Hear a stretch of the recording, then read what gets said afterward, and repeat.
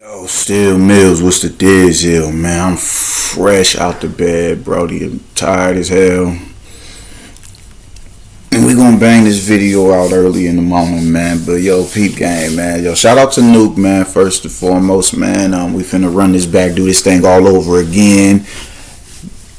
That's the homie right there, man. I'm gonna see y'all cats on Friday, man. But I wanna dive into this FA Jagba versus Martin Bakoli get down, man.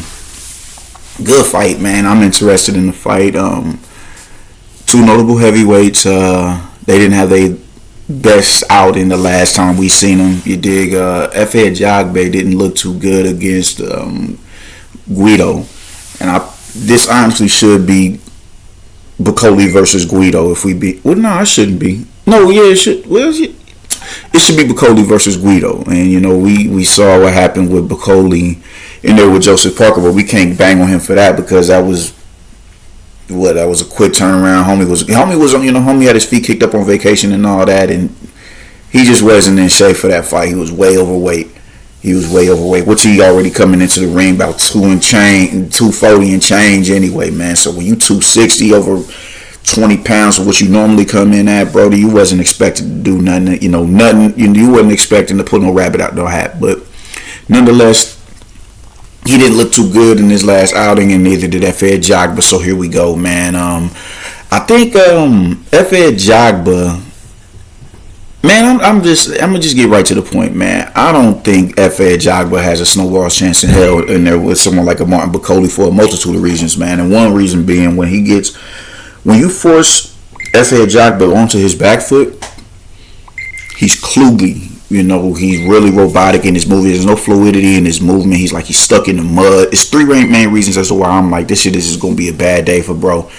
He's stuck in mud when you force him onto his back foot.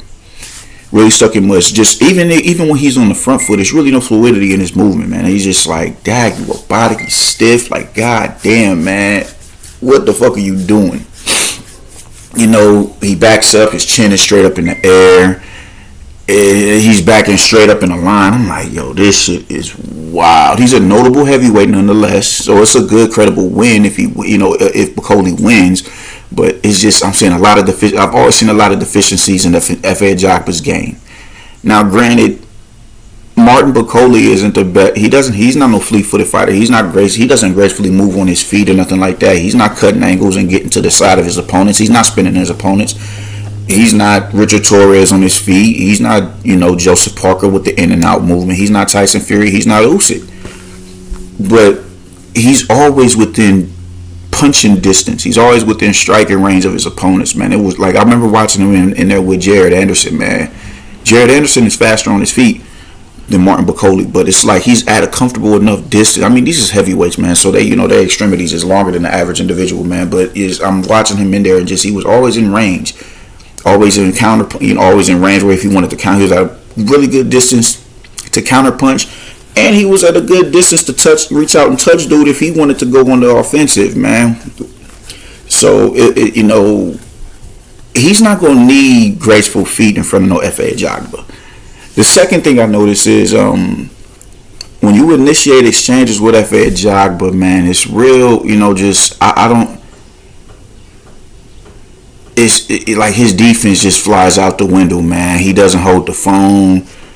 He does this real weird thing where he keeps his arm out there, or whatever, to kind of like keep you in position while he completely loads up on the shot with his other, with the hand that he's intending to swing on you with, man. And it's like you can't do that in front of no fucking. You can't do that in front of a dude as demented as Martin Bakoli, man, because he's definitely demented in that ring, bro. That is a scary motherfucker. I'm just looking at all these holes in this dude's game, and I'm like, yo, they finna put you in here with him. Unless this dude pull a rabbit, I'm like, I don't see how you gonna come out victorious in this fight. You dig? I see that, and the biggest thing I see when it comes to F.A. Jagba is there's no diversity in his offensive attack. It's always the 1-2, an occasional double jab, occasional stab jab to the body, but it's always the 1-2. And even how he throws, it's not quick. It's like he's overcommitting to the shot where his intention is to hit you with that shot, that 1, that 2. Even when he jabs, it's not a fast, snappy jab. him looking to really put pain on you with that jab, a singular jab. He's really trying to off your head with it, not necessarily to set nothing up, but just or get into a rhythm. Is just I'm just looking to hit you with it. I'm just looking to hit you with it. I see all, I see that, man. And even with his 1-2, it's never nothing to just get back and it's no scoring shots. It's 1-2, and he overcommits to it to where he's kind of off balance when he throws it, and he's too planted. He's too planted to where he can't get back to his defensive stance after he throws the 1-2 because he overly commits to it. And he doesn't throw it straight down the middle. He's throwing it at like he's coming up and down with it, man. It's not straight off of his chin, man. And I'm like, yo, that is a problem. He did good with the uppercut. I think he has a good uppercut, and I saw that really with Guido. He was throwing a really good uppercut, and how he was landing and how he was creative with the uppercut. The bodies, the uppercuts to the body. I seen that. I was like, okay, that right there is cool. Like I see that being a potential problem. Potential. Let's see it being a potential problem, but I'm just it's not enough of a. I don't think it's enough of a factor to where Martin Bakole has anything to worry about. You dig? You just and it's you're too wide with you're too wide with your backhand. You're way too wide. Even on the jab, you're too wide. Your hands are down too low, completely away from your chin. It's no head movement. Your chin is high up in the air on the exit. It's just entirely too many deficiencies to stand in front of somebody like Martin Bakole. Martin Bakole has the hand speed advantage, and I don't even think it's close. Oh shit, my alarm going off. Hold up. Yeah, Martin Bakole has the hand speed advantage. He's a far better counter puncher, more fluid in his movement. And which is wild because he's the bigger dude. You dig? Just more fluidity in his his upper body motion. His hands are always in punching position, and his hands are always at the holding the phone to catch the shots if he can't get his head off of the line.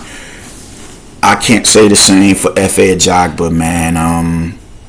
I can't say the same for F.A. Jagba. He's gonna get walked into a lot. I think it's gonna look like Jared Anderson. It's gonna look like the Jared Anderson fight, Brody, because it's just nothing.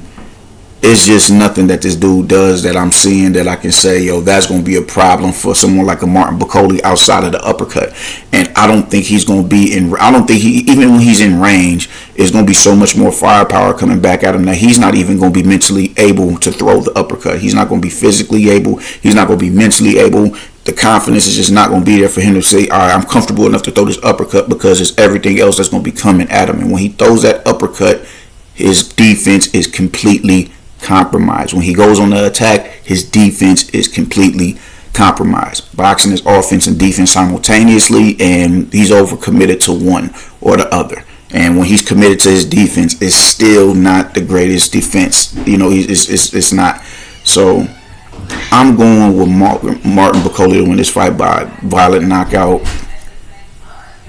I don't know what round. I got Bakole winning.